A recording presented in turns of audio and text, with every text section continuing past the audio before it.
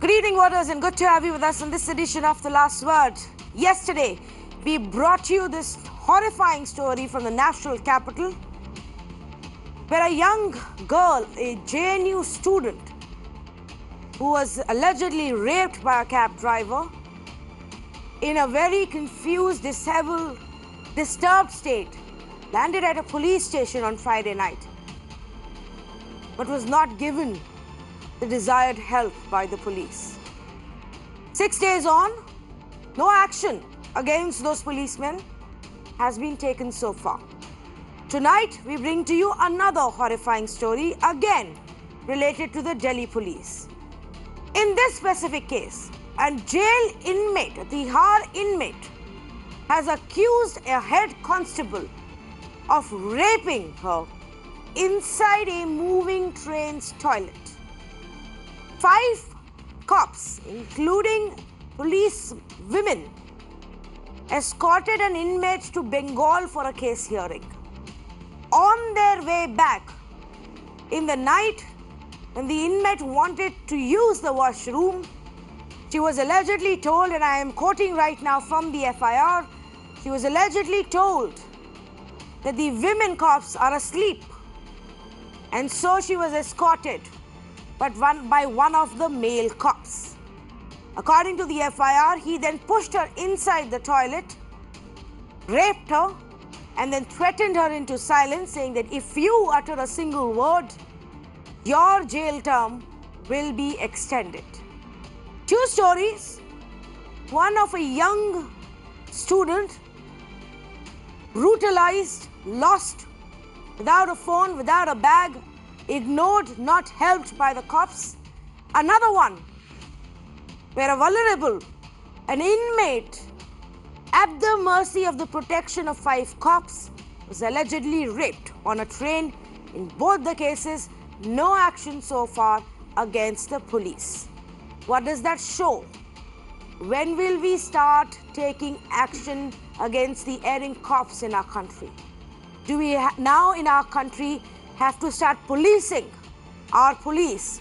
And why is it that 7 years after that mega protest, when the entire nation woke up after the Nirbhaya case, we are still struggling with the basic reforms, with basic security for women? Let's say good evening to our panelists. Joining me this evening, Tina Sharma, spokesperson for the BJP, Saira Shah Halim, social activist, Vikram Singh, former DGP, and Dr. Nimi Rastogi, spokesperson for the Aam Aadmi Party. Saira Shah Halim, let me come to you first. And there has to be an investigation when there is an allegation of a serious crime. Nobody is saying that you immediately pronounce somebody guilty and send them to jail. But do you believe that we even show any intent to give justice when we behave and treat the victims, the women, in such a manner? Right, Tanvi. So this entire abhorrible behavior, Tanvi, is a complete violation of Article 21 that speaks about right against custodial violence. We need to understand when we use the term inmate, it means that we are sensitizing ourselves and not treating them as prisoners, because the imprisonment of a prisoner is not only meant for deterrence or for retribution, it also means rehabilitation of the inmate or the prisoner.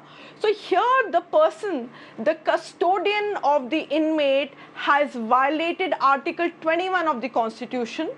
And not only that, it's so shocking that when we put our trust against upholders of the Constitution, safeguarders of the Constitution themselves violate that very fundamental right that has been given to an inmate.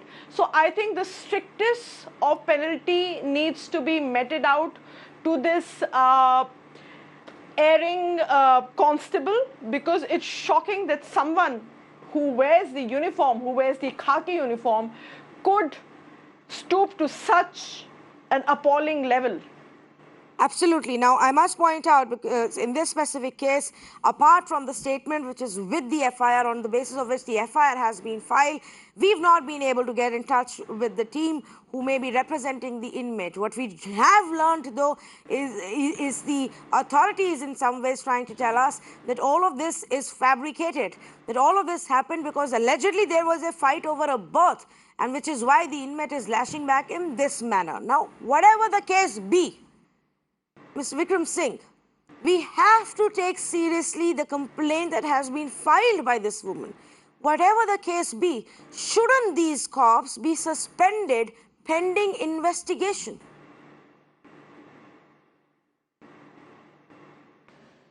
Tanvi, there are disturbing fault lines in both the cases, the one that pertains to the JNU survivor and the one pertaining to the under trial being transported from West Bengal to Delhi. First, disbelief of the version of the complainant. Second, finding faults with the version of the complainant. And third, not moving in the investigation and trying to contradict whatever the complainant has said. As you very rightly said, it's the job of the police first to investigate. First, investigate threadbare whatever has been stated. And do you think for a moment it is a convincing argument that there was a quarrel over the berth and the woman and the person who is the complainant in this case made a false complaint? Even if it is a false complaint, first investigate, prove that it is a false complaint, and then go to show that the constable, I would say that the two women constables, were they willing accessories to this crime or whether they negligent accessories to the crime. The fact remains that they had a solemn duty to perform, which they failed. And if the constable, the male constable, who is alleged to have raped this inmate, every constable now carries a smartphone which doubles up as a force multiplier and can be used as a body camera. If there was a scuffle, he should have been shot. When the escorts move, the SOP is that they have confirmed the berths and they move in a compartment and a segregated area. I really don't know, was it a free-for-all? This is inexplicable, Tanvi, and I think a senior officer needs to investigate. Suspension is a very minor punishment. Action under 166A of the Indian Penal Code, which was inserted after the Nirbhaya case, they should be prosecuted against that and then sent to jail and dismissed thereafter. We are taking rape rather too lightly. In the first place, let us presume for a moment how many genuine and legitimate cases come up. By and large, 90% of the cases do not even come up to the stage of the FIR. What to talk of a person raising a false complaint? Let the police prove it's a false complaint and I'll prepared to concede whatever they are saying now. But as of now, they don't have legs to stand on. Absolutely, Mr. Vikram Singh, and that's the point. Disbelief, discredit, and in the process, destroy the investigation. That seems to have become the modus operandi of the police in our country, rather than doing a fair, efficient investigation. Now, Mr. Singh, before I go across to our political representatives, also help our viewers understand, because, this is a complicated case. This is the Delhi police officials deputed in Tihar Jail. The Tihar Jail is run by a different establishment, but the officials are obviously from the Delhi police. Who is in charge? Who is accountable for taking action here? Initially, it's indeed in the sense that the overall governance is of the Delhi government, but the security aspect and to that extent the police personnel deployed are on deputation with the Delhi government, so to say. They are in their charge. But both need to explain very truly, the Delhi police of their SOPs and the guards and escort rules and manuals, why they were violated and why there was a breach in that, and the Delhi government to explain what kind of a supervisory control did they exercise when such a breach was expected, and when a woman under trial is transported from one place to the other. Is it not their job to see there's a proper superintendence, there's briefing of the personnel, there's faithful implementation of the rule of law? Okay, so then let me ask this question then to Tina Sharma. Tina Sharma, 2 days, 2 cases that we've brought out, both incidences in a span of the last 5 days, 2 big blots on Delhi police. Tell me, what has the government done to reform and sensitize and make Delhi police accountable in the last 5 years? Tanvi, do you think that, anybody has, something to say on this? I hang my head in shame, and I feel that, women should be treated at par in India. It's enough we've seen enough after post-Nirbhaya, and we somehow, looking at changes which we've seen in last few years, but still we are not reached at a level where women is treated equally.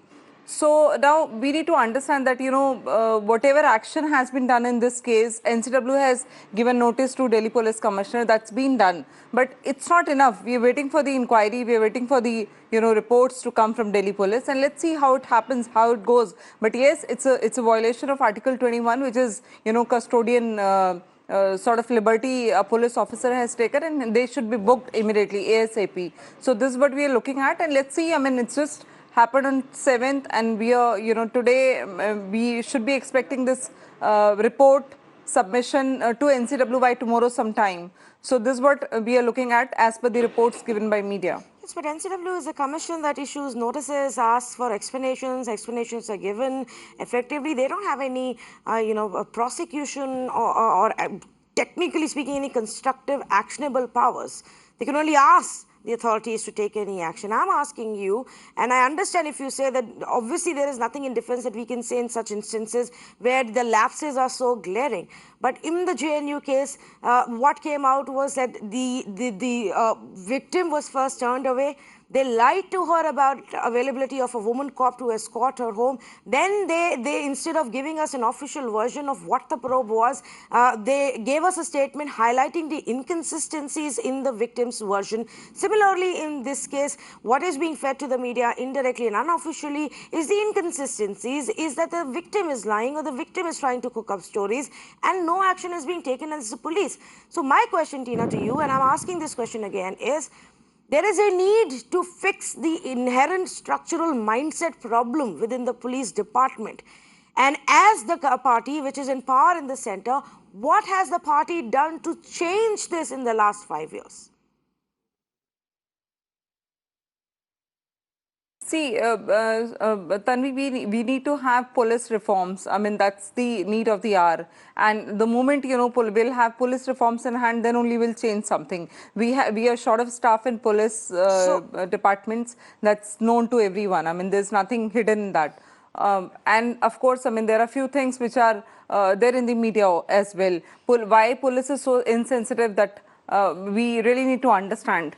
Okay, I'm going to give you a couple of seconds there, Tina, and we'll come back to you. Of course, you can attend to your domestic requirements right now. Let me take this question across to Dr. Nimi Rastogi, spokesperson for the Aam Aadmi Party. Dr. Rastogi, is there anything that the Aam Aadmi Party and the AAP government can actually do at this point of time, considering that at the end of the day, Tihar Jail comes under you? Can you ask the Delhi police to take action in this case? So Tanvi, our concern is more diffuse than the steadily rising cases of crime against women. Of course, there have been back-to-back JNU case, Mundka case, where a 14-year-old kid was raped by the employer, who happens to be the police constable, and now this horrendous case where the, as sorry to use a crude language, Rakshak hi bhaksha ban gaya hai. Apart from this, there has been steadily increase in the cases of all kinds of, the law and order situation, like theft, extortion, kidnapping. You pick up the record and you see that in last 6 months, the health of Delhi city as far as crime rate is concerned is deteriorating.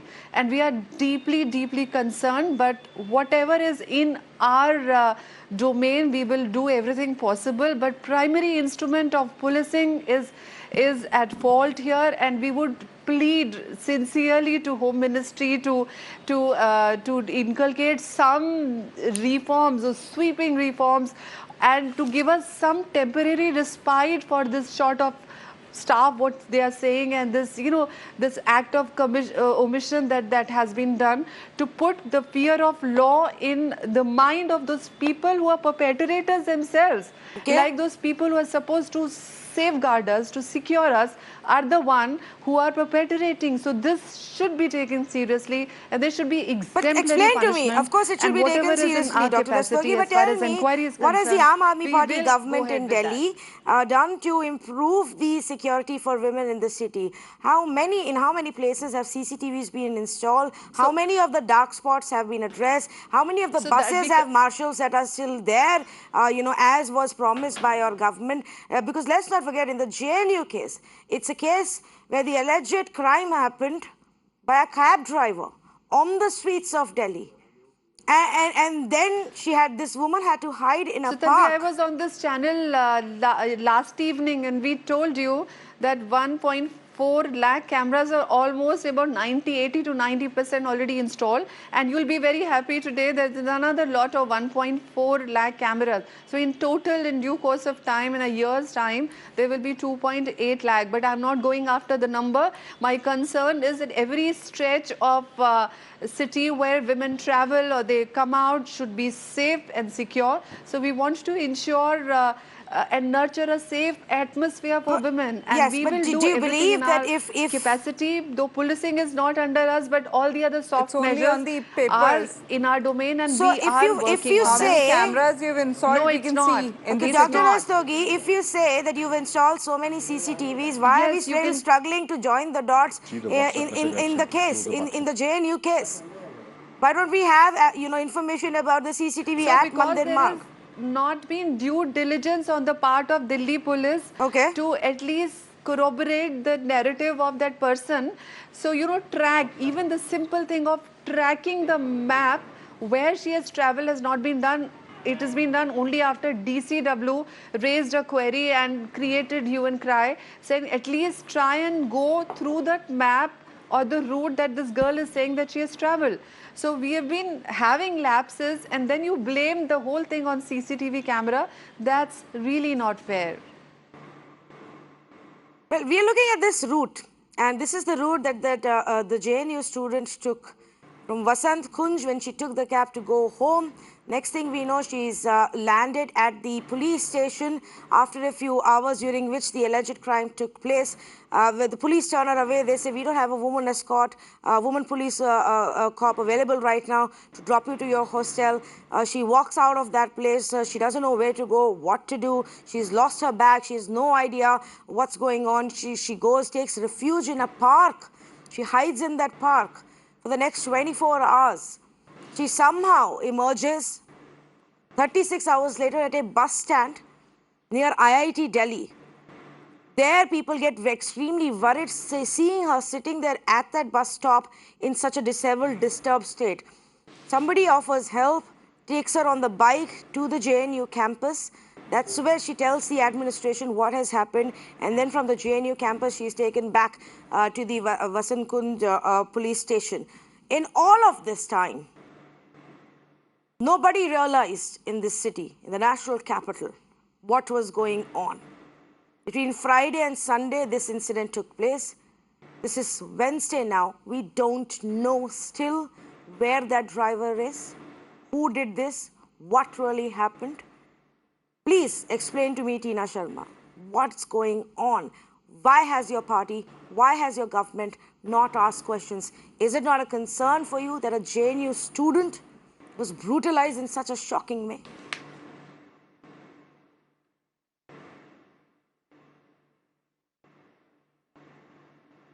No, it's an absolute matter of concern. There's no doubt about it. But yes, I mean, somewhere, I mean, police is being insensitive in this matter, and I strongly feel that police reforms are needed in the country. But who will do And, the police reforms? I think no one.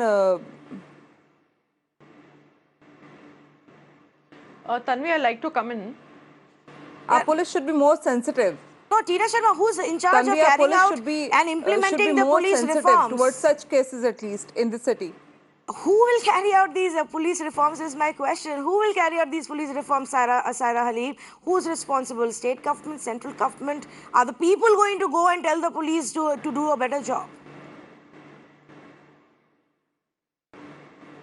You're right, Tanvi. Both these cases are a complete betrayal of human faith in the criminal justice delivery system. So I think it's time that we need police reforms. The Supreme Court has witnessed letters from all walks of life from across India on how human rights violations take place in prisons. People die in police custody. They are beaten up black and blue. Confessions are extracted, forcefully extracted. So we have seen what happened in the Unnao case. The girl's father was, beaten black and blue in police custody.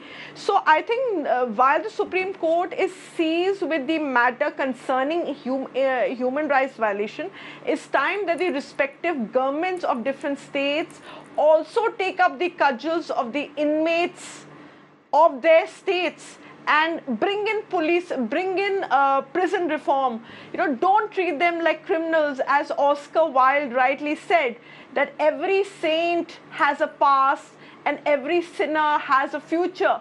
So why don't we look at inmates as people who are in a process of reforming themselves, people who are in the process of rehabilitating themselves, and not merely serving a sentence or merely sent to to serve a sentence as a deterrent or as a probationary measure. We need to look at them as people who are reforming, who are going through a change in mind, and I think it's time we need to treat them as humans, because every individual deserves a second chance in life. Mr. Vikram Singh, do you agree with what Saira is saying? And also the question that I raised earlier, who is responsible? Who should be bringing in these much needed police reforms?